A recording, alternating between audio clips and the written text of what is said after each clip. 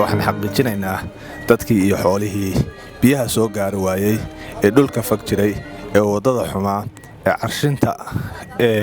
u raadsaday meel ka fag deegaanadii ay ka soo guureen in biyo loo geeyey biyahaasi ay gaareen fayskii ugu horreeyay ay yihiin waxaan leenahay waa intaasoo lagala sii dhowaadaa waxaan ka rajaynaynaa tadaamun iyo UK Islamic Mission wax ka badan oo intaas ka badan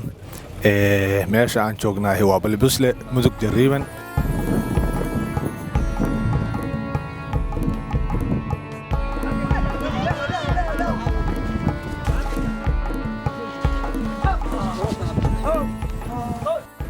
waxaa noo yimid biyihii ugu horreeyey ee deeqda ay ku yaboohday dadka walaalahaya dadka jooga wuxuu u nafaysan yahay biyo iyo baad duuyadu haystana waa waxaan tilaabsanayn oo naftu ku jidho waxaan doonayaa inaannu ka helo gargaad iyo gurmud degdeg ah dadkaas walaalahaya oo na gartay qaaniin waa maasan yihiin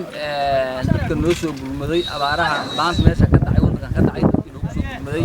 dal iyo dibadba waa maasan yihiin khayrna Allah siiyo waana xoolihiin waana waa ku liiban waxna waa dhiban haddana waxaan u baahannahay oo arrintaana arrin hadda maanta ku eg ma ahan waxaan walaalahay dibad iyo dalba joogo waxaan ku codsanaynaa inay gacan naga siiyaan abaaraha jira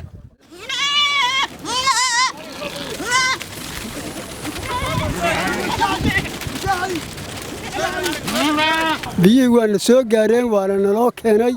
haddana waxaan codsanaynaa wakhti baa nahaya in naloo soo badiyo aan nala ka joojin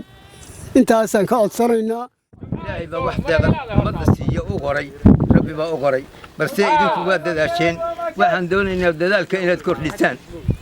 iyadoon laydin farin awalba idinma farin ilaah baa idin faray haatanna dadkii iyo xoolihii waxna waa cabbeen waxna waa dhiman yihiin waxa dhiman baana badan inta ooman baa badan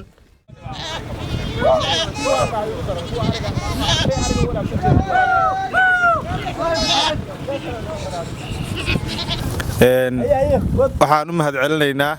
dhammaan dadkii ka qayb qaatay inay biyahan iyo gargaarkan soo gaarsiiyaan walaalahood xoolo ooman oo waddaduna ay tahay wadda aan la soo gaari karin oo baabuurtu ay saaka aroortii ka soo baxeen deegaanka Balibusle haddana saacadda aan joogno ay 9:00 bar tahay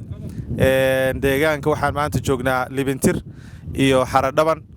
marka aad bay ugu mahadcelinayaan anna waxaan ku hadlaya magaca hay'adda Tadaamun u mahadcelinayaa dhammaan hay'adihii ka qayb qaatay African Relief Fund iyo hay'adda UK Islamic Mission waxay dadkoo dhan codsanayaan in gargaarka loo sii wado